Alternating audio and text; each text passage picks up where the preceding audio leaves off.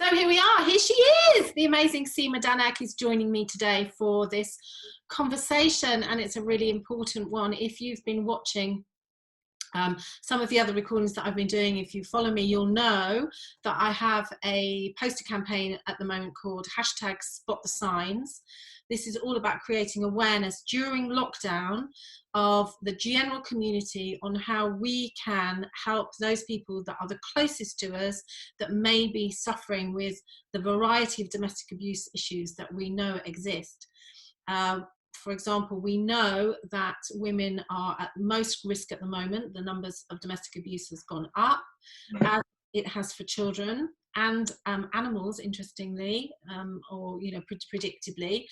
But what we also know is that this is a very dangerous time for women who feel even more trapped than they would ordinarily, and that therefore it's more critical that we just don't see it as somebody else's problem, that actually this is a community problem in the same way that, you know, social distancing and keeping our elderly people safe.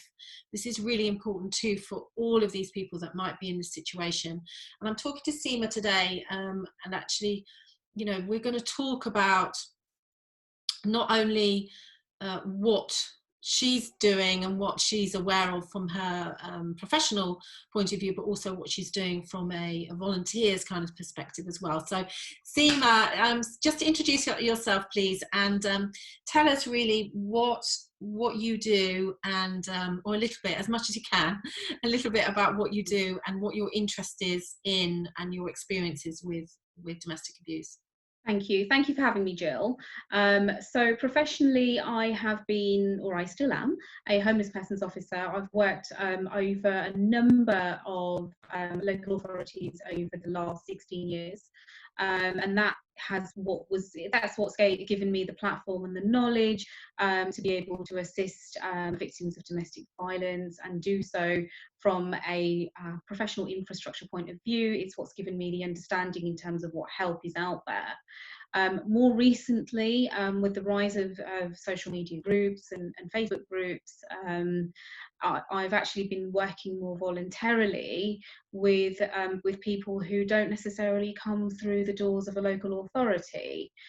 So it's about helping and supporting people remotely through social media, through messaging, through whether it's sort of, you know, Facebook Messenger or Instagram, whatever it is, and helping them to reach out for professional help. So yeah, that's both my professional and my personal experiences in terms of what I'm doing at the moment. Brilliant, thank you so much. And what we do know, and I think we talked very briefly about this, is that just to reiterate that domestic abuse cuts across all age groups, all social standings, all cultures, people that you wouldn't necessarily expect to be in those kind of situations. It doesn't necessarily have to be violence, it can be coercive control. You know, it really is across the range, isn't it? Yeah, and there's also men who suffer with domestic violence. They make up, in 2018, they made up 675,000 of the reports that were made, and that's just reports that are made. Let's not forget that there are people who won't report domestic abuse either. Yeah, so just to put that in perspective, for example, it's estimated that 1 in 3 women in their lifetime will experience domestic violence, and 1 in 6 men. So it's actually probably more than people realise. So what we're really here to do today is, you know, we're going to have more conversations. We've got an awful lot to talk about. But the focus of these particular run of lockdown videos and podcasts is on how we can identify, as neighbours, relatives, friends, co-workers, how we can identify those people that are at risk, and what we can physically or actually do to provide support for these people who might be in this situation, but doing it in a discreet way and in a safest way for them. Yeah, okay. So one of the things that I wanted to talk to you about is a project that maybe we could look at that could be duplicated, and this is something that's happening in a woman's group, a woman's only group, for example, that you are part of, isn't it? So could you just explain to us how this system works? Because what we really want to be able to do is not signpost people into that group, but to help those people, that women, and it will be women, that are running these groups of women, whether it's entrepreneurial women, people who are losing weight or want to get fit, or they're buying bitcoins or whatever it is, these women's groups, how can we help them to see that what you're doing can be replicated in their own groups? Okay, so in the group that I'm part of, and again, I will keep that private for the purposes of protecting that group as well, we have set up a hashtag and a code word. Okay, so the code word could be simple as my red strawberry, or my green apple, or my yellow banana. Okay, so and what that does is that it signifies the level of severity of what is going on in that person's life, and what they need in terms of help and assistance. Okay, so my red strawberry, for example, could mean that actually I think that I'm really at risk and I really need someone to professionally help me. So then, as an admin of that group, if you then just sort of send them a message to say, right, okay, you sent me this you know, hashtag my red strawberry, please can you tell me, you know, what's going on and what can I help you with. An important part of that is firstly non-judgmental listening, and giving them that safe space for them to tell you what is going on, because they might only have a few minutes to do that, but because there's only a few minutes, please make sure that you get their consent to be able to share this information, if they allow you to do so, with professionals. So ask them the simple questions that, would you like me to get in touch with your local constabulary to make sure that a police officer comes around and does a welfare check? We should not do that you know, without their consent, because it could make it worse for them. Okay, they understand the dynamic in their house a lot better, so we need to give them the opportunity to give us the consent to do that. It could also, so that consent also might be for you to call Refuge or the domestic abuse line on their behalf too. Yeah, and also sort of build a little bit of a relationship with them to try and understand what their routine looks like. You know, have do they go out to walk the dog at a particular time where they're on their own and you could call them? Do they go to do a supermarket run at a specific time of the day where you could ask Refuge or a police officer to give them a call specifically within that time frame? I think it's all about gauging what is going on in this person's situation, and then making a judgment call from there. What you can also do is, if you're honestly really stuck, the officers that are working on the Refuge 24-hour helpline are very, very well trained in dealing with this sort of thing. So if you're really unsure what to do with this information, ring them up yourself. As an admin of a group where you're looking after these women, ring them up and find out, you know, what they suggest. Yes. Okay. This is the woman that is saying the red flag. So the first one though is, so let's go for this. You can choose any colour clearly, but the red light system is, yeah, of course, yeah, it just makes sense to people, doesn't it? It's easy. That makes sense to me, so it makes sense to them. Well done. So yeah. Yellow might be, for example, so red is the extreme end. Yellow might be, actually, do you know what, this is a bit rubbish here and I just need somebody to give me a virtual hug or a chat or whatever might it be. Yeah. Yeah, and I think that sometimes it, isn't it, you know, for someone just to be able to say, right, okay, tell me what's going on, and I believe you. No, you're not going crazy, and you know that this isn't a healthy relationship. What we mustn't do is tell people what we think they should be doing, because it's not our place to do that. But we can be there to sort of listen and provide sort of a non-judgmental and a safe space for them to really air out their feelings. And sometimes just having their feelings acknowledged is enough for them to kind of go away and feel, right, okay, someone's heard me out. I'm not going bonkers. I'm not going crazy. Particularly when you're in a relationship where you're being psychologically abused and there's lots of gaslighting going on, you know, that can to hear someone say, actually, no, you know what, this isn't nice, what you're going through, I really feel for you. Yes. Can you just explain, because you know, one of the things that we're doing here is creating an awareness campaign for people that have no experience and have no kind of even thought in their head that somebody that they know might be being coercively controlled or gaslighted and might not even know what that means. Could you just explain to us a little bit, Seema, of how that looks, how that might look on the outside looking in? Okay, so gaslighting is where a perpetrator makes someone feel like it's all in their head. and she's going crazy. It's not me who did this. It's all in her head. So, and a good example of that is where there has been an argument that's escalated to perhaps maybe just verbal disagreements between the two, and then when somebody calls them out on it and says, well, actually, don't you think you're being a little bit unfair to your partner here? And that the abusive partner will probably laugh it off and say, oh no, she's fine with it. Oh, you know, and then because well, I'm saying he, she, we know that that's not always a dynamic, but because the abusive partner in that has kind of laughed it off and made it his, you know, they've taken the seriousness out of it, turned it into a joke. The person who's being abused automatically falls into that confirmation, you know, that okay, you know, yeah, it's just a laughing matter, you know, no biggie, we're all right. And actually those are red flag signs that we really should be looking out for. Also, we need to be looking out for example, how often is a partner involved in their social media activities? So are they being tracked? Is their device being tracked?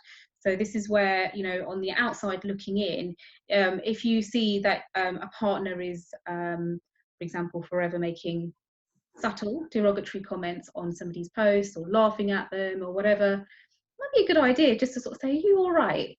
That was quite, you know, that wasn't a very nice comment that he made about your cooking or your weight or whatever.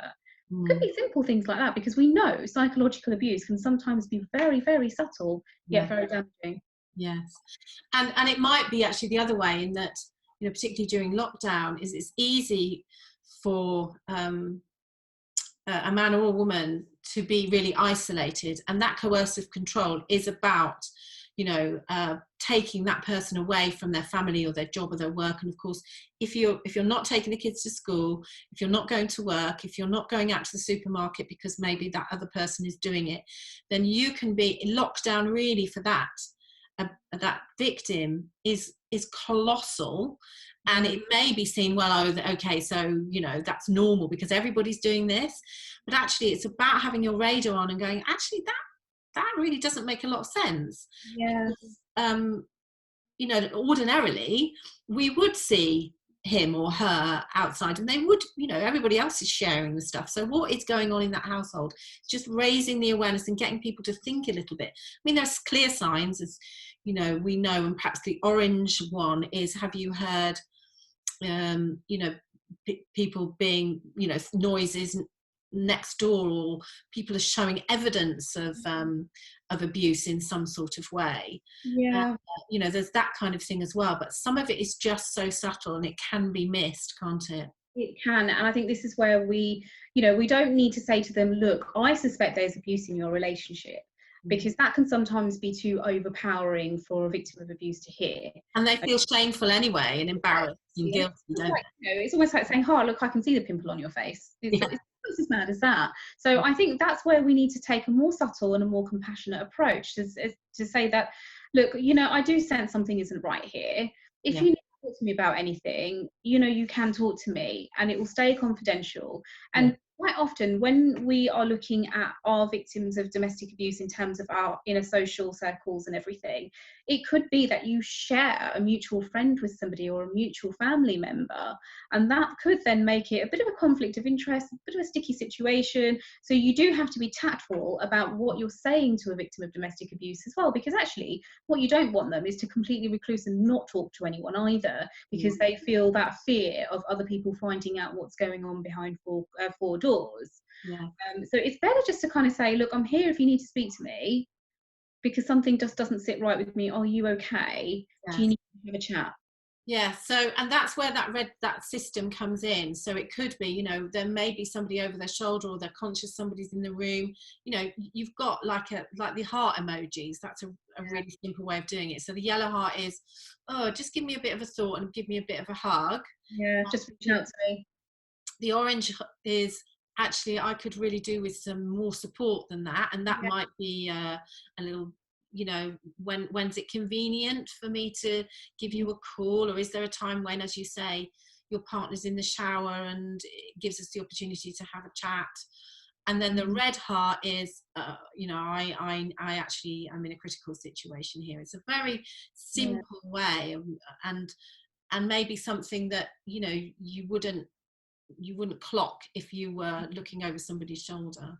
What I will also say is, as individuals who are perhaps not trained in domestic abuse situations and they are worried, okay, two things that you need to remember.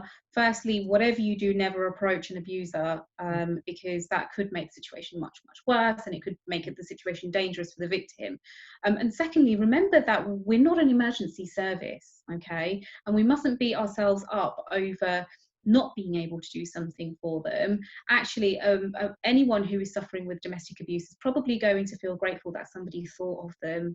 Okay, so even if you're there for a 20-minute conversation, or you just sort of said to them, you know, like, okay, let me see if I can put you in touch with services in your local area, these are things that they probably wouldn't have thought about before. So I think it's really important to just acknowledge the fact that, you know, as individuals who want to help, we have a moral and social responsibility to do that, but we have to do it discreetly and we have to do it safely. And we also have to not give up on a victim of abuse because they might not have necessarily have taken the course of action that you've advised them to do. They could be in this cycle of abuse where they go round and round of, you know, tension and incidents and things calming down, and then that going round and round many times before they've actually got the courage and bravery to walk away from that. Yes, I mean, is it something like a woman will be physically abused 7 times before she actually tells anybody about it or reports it? Also 37 disclosures, so you need to repeat it. I think is it that psychological thing that if you repeat it out to yourself 37 times, that this is what I'm going through, that actually, you know, at some point that penny will drop to say, right, no, I'm in an abusive situation and this is not doing me any good. And this is the reason why I say that if anyone is ever in a position where they find themselves supporting a victim of domestic abuse, do not give up on them. Sometimes you might find yourself supporting them for 2 years. I've had that.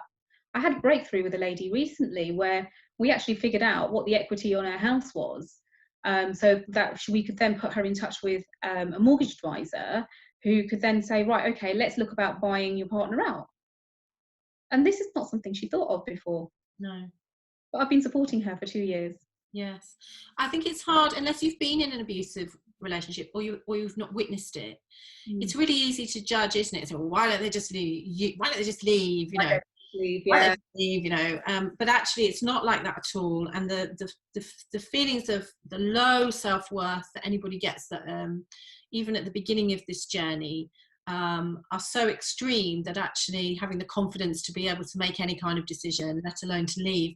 And what we also should say here, Seema, is that, you know, leaving, the point of leaving is the most dangerous for that person. And so actually it's not necessarily the right time now, unless they are in dire need, to even be talking to them about leaving. Because we know that violence tends to escalate at that point. If the perpetrator has any sense that they are thinking about an escape route, then, you know, it's likely that things, and they'll know this, that things are just going to get worse for them. Yeah. Course. There's two sides of that. There is, yes, there is research that has confirmed that abuse becomes worse when a victim of abuse is planning their exit strategy and wanting to leave. There is specific evidence to show that it can lead to further violence and even homicide in some cases as well.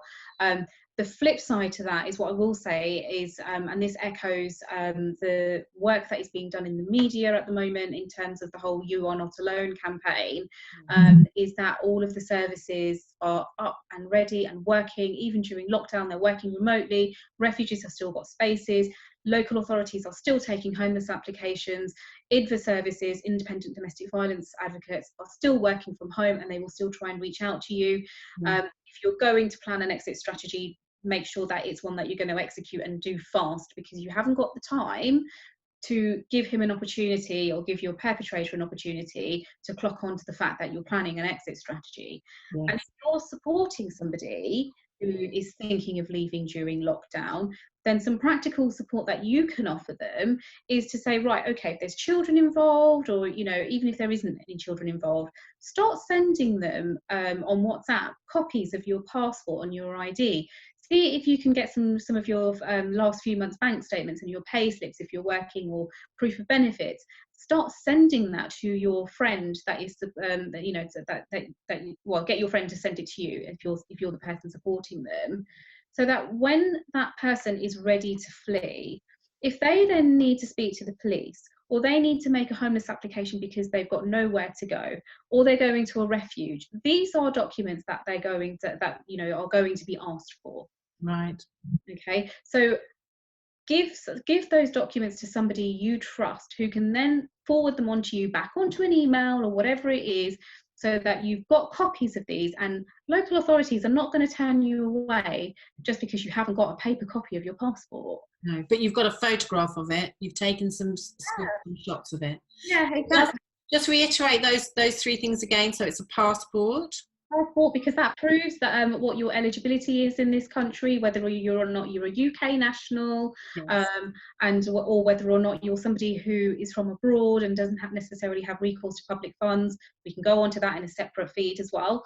But it proves that you are who you say you are. Yeah. Okay. Proves your eligibility for funding if you need it. Okay, your bank statements just shows again that you've if there's any financial abuse, if that's something that needs to be helped with, but also it's another type of proof of income. So if you're then going into a refuge, you're being financially abused, so you've got no access to your own money, housing benefit or universal credit now does actually pay for a period of time, even if you own your own home. Yeah.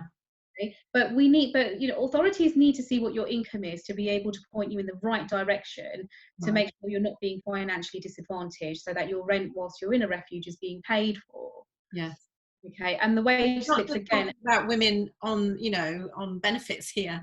We are talking about women that are often executive women, but they're behind doors.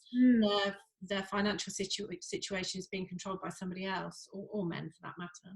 Yeah, and what else did you say? So a bank statement, a passport. Is there anything else? Bank statements and proof of income are the main things that if you are not working and you need to access those services. To be fair, if you're working and your income is steady, just a passport, just so that if you need to go to a refuge, you've got ID on you. And what about birth certificates for children and things? Yes, absolutely. So if there are children involved, yes, copies of their birth certificates as well.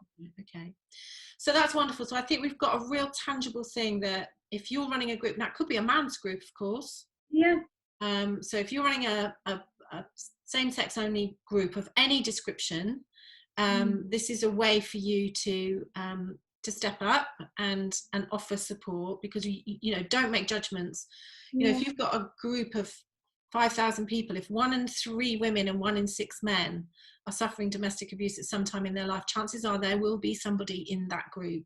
Yeah. And if you think about it, if it's 1 in 3 women that are suffering, how often do you go out with your girlfriends when of course social distancing is not out, we're all back together socializing again? I've had this conversation even amongst my own group of friends, and we said 1 in 3, and actually you go around the table and someone's either witnessed it or they might have seen a bit of abuse, but they're not sure if it is abuse. Yeah, it's a lot more common than what people think it is, and I think this is the reason why this work needs to get out there. Yes, and I've spoken to 2 women recently who are both working within social work who suffered with domestic abuse. So it's not that they're not aware of it either.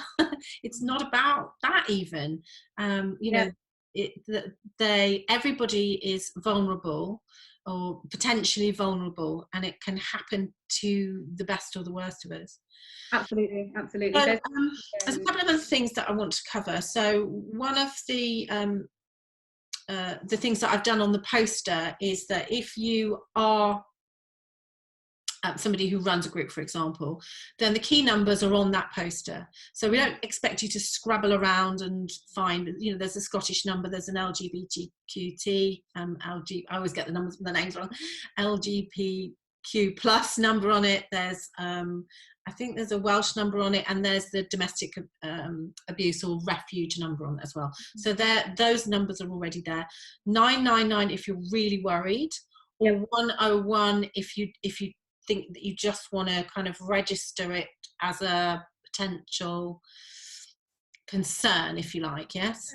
Yeah, and I think we have to remember that we're the eyes and ears of our community. Yeah. So if you suspect that actually a neighbour might be going through it, you don't even know what their name is, but you might be able to hear it if you're living in a block of flats or you live in a semi-detached house, and you know you can hear noises from next door and you're worried about it. If you can hear people bouncing off the walls and you're worried that there is serious violence going on, please just call 999 because they need that help. Yeah. But if you are just, you know, you just hear a lot of violent aggression and verbal abuse and everything, and you know that you can visibly see when your neighbour perhaps goes out to sort of put something in the bin, so she's a little bit recluse and withdrawn, then actually maybe just ring, you know, just contact your local constabulary. And you can do that by logging onto your local constabulary's website. Every constabulary now has an online reporting system. Right. And you can ask for something called a SIG marker. And a SIG marker basically it puts you on the radar with the police that, okay, there's something not right going on here. I suspect violence. I suspect that this person is at risk.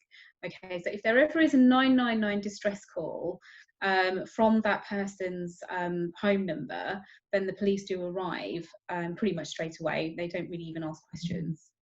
And for the victims, and I think if you're running a group, it's really good. I mean, you know, some people are not even allowed to have their mobile phones, but if they do have a mobile phone, make sure that they have got their roaming on it, so their location service is on. So if they need to call 999, they can't speak, they can just hit 55. Even if they can't say anything, then your phone will be able to be tracked, won't it?